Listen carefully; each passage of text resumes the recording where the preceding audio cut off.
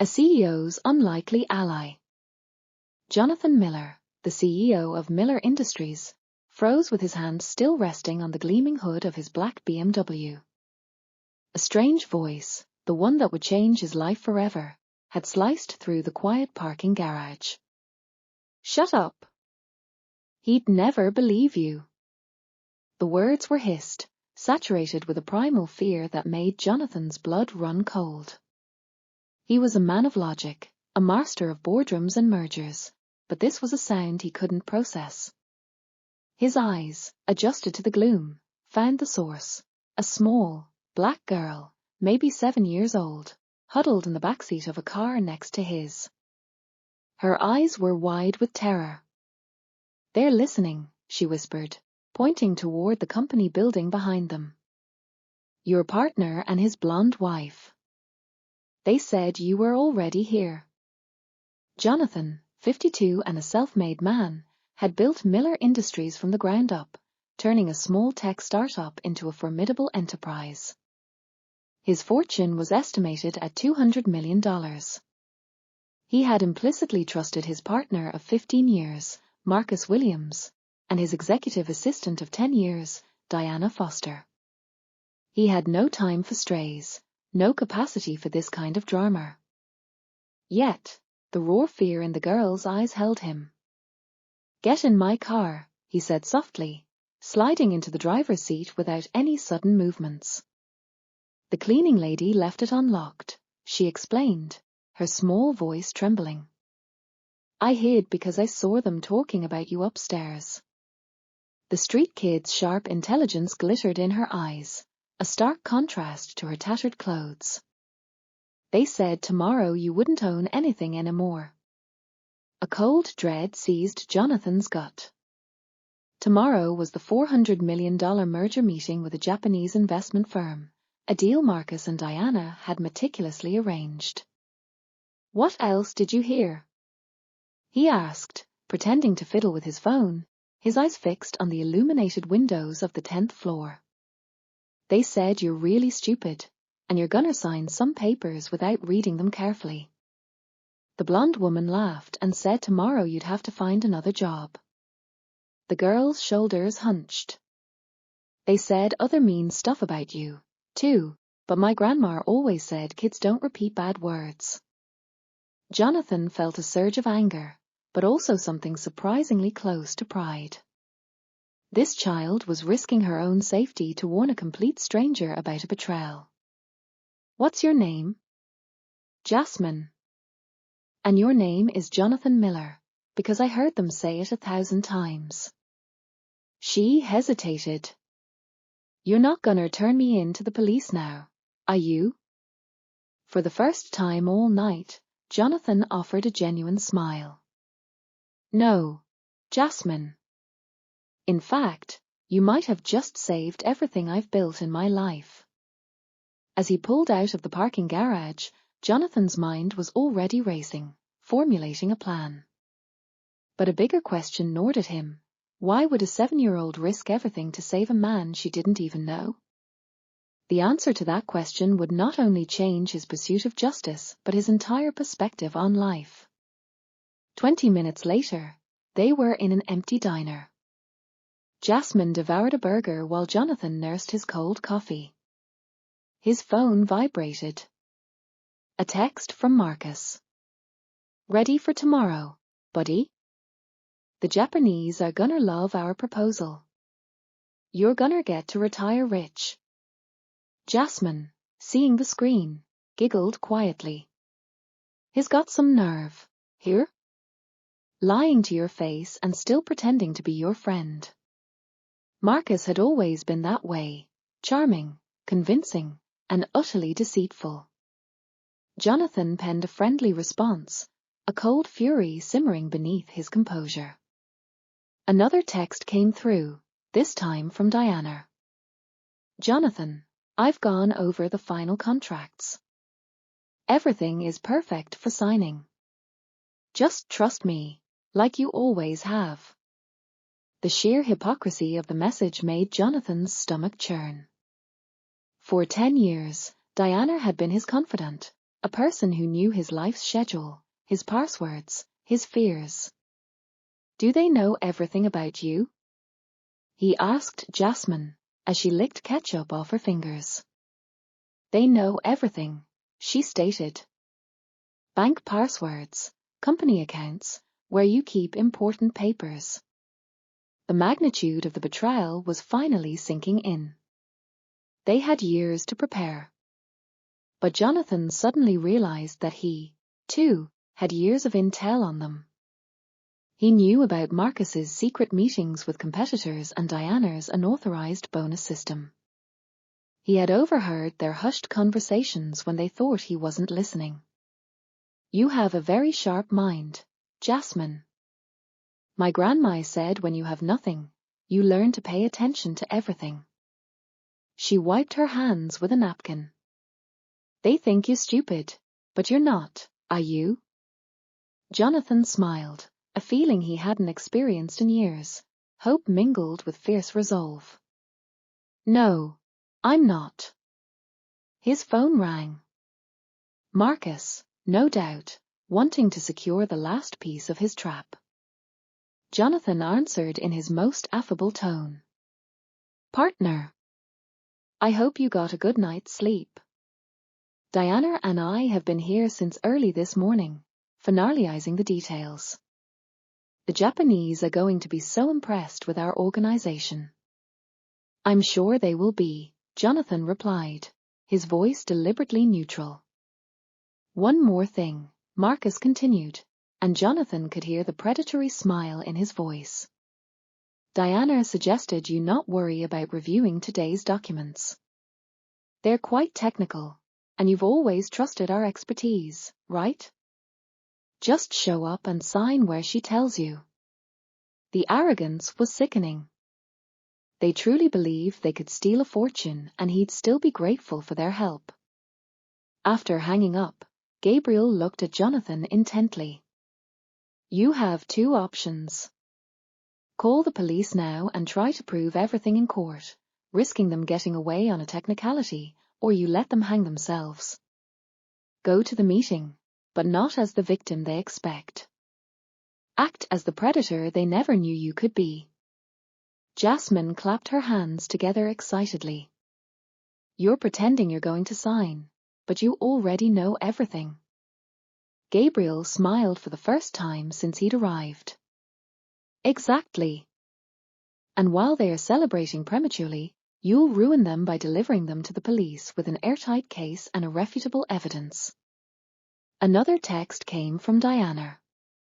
Jonathan, you're the best boss a person could ever hope for. I'm sure after today, our partnership will be forever. The hypocrisy of the message twisted Jonathan's stomach.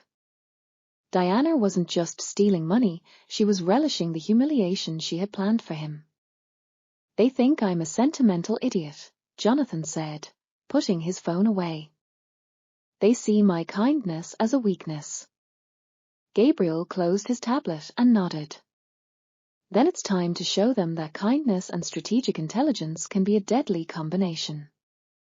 Jasmine jumped off the sofa, her eyes gleaming with resolve. And I can help. I can hide near the conference room and record everything on your phone. For a moment, Jonathan hesitated. She was 7 years old. But then he remembered how she had risked everything to warn him of the betrayal. All right, he said finally. But Gabriel will be with you at all times. At 2 p.m. sharp, Jonathan walked into the Miller Industries conference room as if it were just another ordinary business day.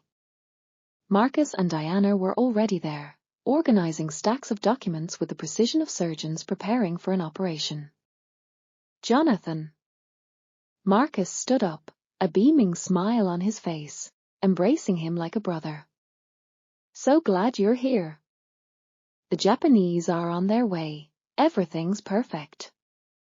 Diana approached with a leather portfolio and a maternal smile. Boss, you just have to sign where I've marked with yellow sticky notes. Trust me, like always. Her voice was filled with a condescending confidence. Of course, Jonathan replied calmly. But first, I wanted to show you something interesting I learned last night. Gabriel Torres walked into the room, carrying a box of documents, followed by two federal investigators. Marcus and Diana exchanged a quick, silent glance, but their smiles remained. Gabriel? Marcus frowned. I thought you didn't work for us anymore. I don't, Gabriel replied dryly. Now, I work for the real owner of the company. Jonathan connected his laptop to the room's projector. Marcus, Diana, do you remember this conversation? The screen lit up with detailed spreadsheets showing bank transfers, dates, and amounts. $5,300,000 embezzled over 2 years. For the first time, Diana's smile faltered. Jonathan, what is this? Some kind of joke? A joke? Jonathan advanced to the next screen. Photos appeared, Marcus at offshore banks, signed documents, fake contracts. You created 17 shell companies to launder the money you stole from me. Marcus stood up abruptly, his mask of charm slipping. Where did you get this? This information is confidential. Confidential? Jonathan chuckled quietly. Marcus, did you really think I built a $200 million company without learning to protect my own interests? Diana tried to maintain her composure, but her hands trembled. Jonathan, you've misunderstood. These transactions have perfectly legal explanations. Gabriel interrupted, handing an envelope to each of the investigators. Here are the recordings of the conversations where the two of them planned this fraudulent merger. He paused. The second envelope on the table contains the confessions of 3 of their fake clients, all ready to testify in court. Marcus's face was flushed with anger. You can't prove anything. These are just accusations. Jonathan smiled for the first time since he'd walked into the room. Marcus, do you remember Jasmine? Jasmine? Who the hell is Jasmine? The door opened, and the 7-year-old girl walked in, accompanied by a social worker. Her eyes were resolute as she made her way to the conference table. Hi, Mr. Marcus, she said in a soft, but firm voice. Remember me? I was hiding in your car last night when you said you were going to steal Mr. Jonathan's company. The silence in the room was deafening. Marcus opened and closed his mouth several times, unable to find the words. Diana tried one last gambit. A child? You're going to believe a street kid over respected professionals? Gabriel pulled out his phone and hit play. Diana's voice echoed through the room with chilling clarity. Jonathan is a sentimental idiot. The day after tomorrow, he'll have to look for another job, and we'll get everything. Marcus's own voice followed. 15 years pretending to be friends with an imbecile.